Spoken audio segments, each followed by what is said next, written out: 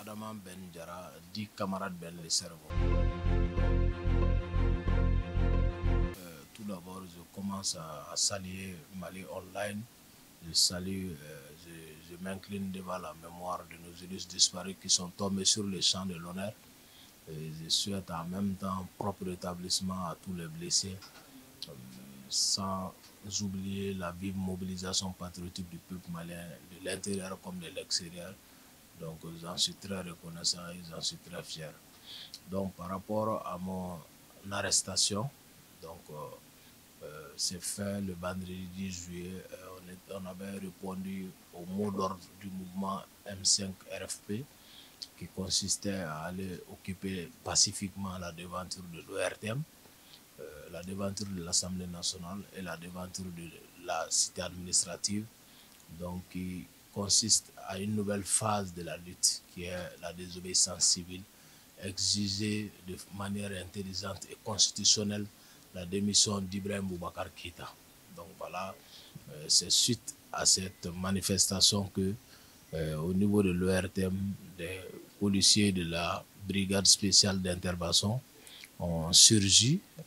Ils nous ont trouvés dans l'enceinte de l'ORTM. Donc ils se sont abattus sur moi, ils ont enlevé mes téléphones, ils se sont acharnés à me taper, à m'agresser, à me filmer, à tenter même de m'humilier.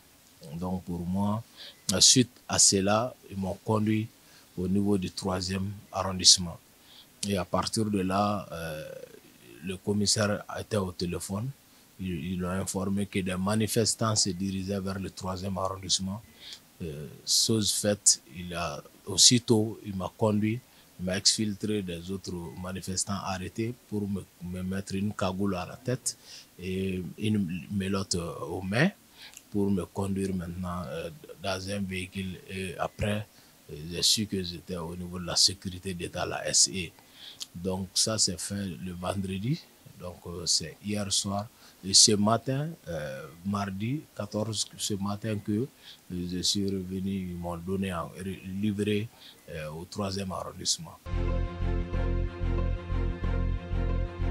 On me parlait d'une tentative de coup d'État, que j'étais dans la conspiration avec le lieutenant Seyba Diarra, d'une part, et d'autre part avec le docteur Oumar Mariko.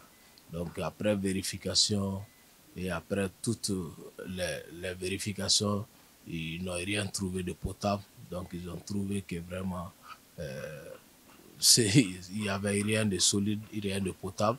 Donc c'est suite à cela qu'ils m'ont libéré aujourd'hui. Oui, les conditions de détention, bon, généralement, comme j'ai opté pour la vie militante, donc j'aime pas les petites souffrances, ça et là, qu'on subisse au cours de la lutte patriotique que nous menons. Pour nous, ça compte pas trop. L'important, c'est que nous trouvons derrière un peuple déterminé, un peu prêt à finir avec la mauvaise gouvernance. Et pour moi, c'est ça le plus important. Sinon, j'étais dans une cellule, je crois bien, dans le sous-sol. Et en même temps, j'étais avec une cagoule toujours à la tête. Après, j'étais avec des mélottes chaque fois. Donc, on m'enlevait ça juste pour manger et puis pour aller aux toilettes. Donc, seulement en ces périodes-là, on m'enlevait les mélottes. Donc, pour moi, c'était des conditions comme ça. Mais on ne se plaint pas. Au contraire, ça nous donne beaucoup plus d'énergie de pouvoir continuer la lutte. Et ça nous prouve qu'on ne s'est pas trompé de prendre Modibo Keïta comme notre boussole, de prendre les Sékou Touré, les Che Guevara comme notre repère. Ça veut dire que nous nous inscrivons en droite ligne dans les combats qu'ils ont menés. Les étapes à venir, c'est que nous sommes toutes proches de la victoire finale. C'est-à-dire, aujourd'hui, si vous constatez des institutions sont en train de lâcher, des responsables sont en train de lâcher des postes. Donc ça veut dire que le régime est dos au mur. Pas question de recul. On doit continuer pour en découdre avec ce régime qui a montré ses limites sur toute la ligne.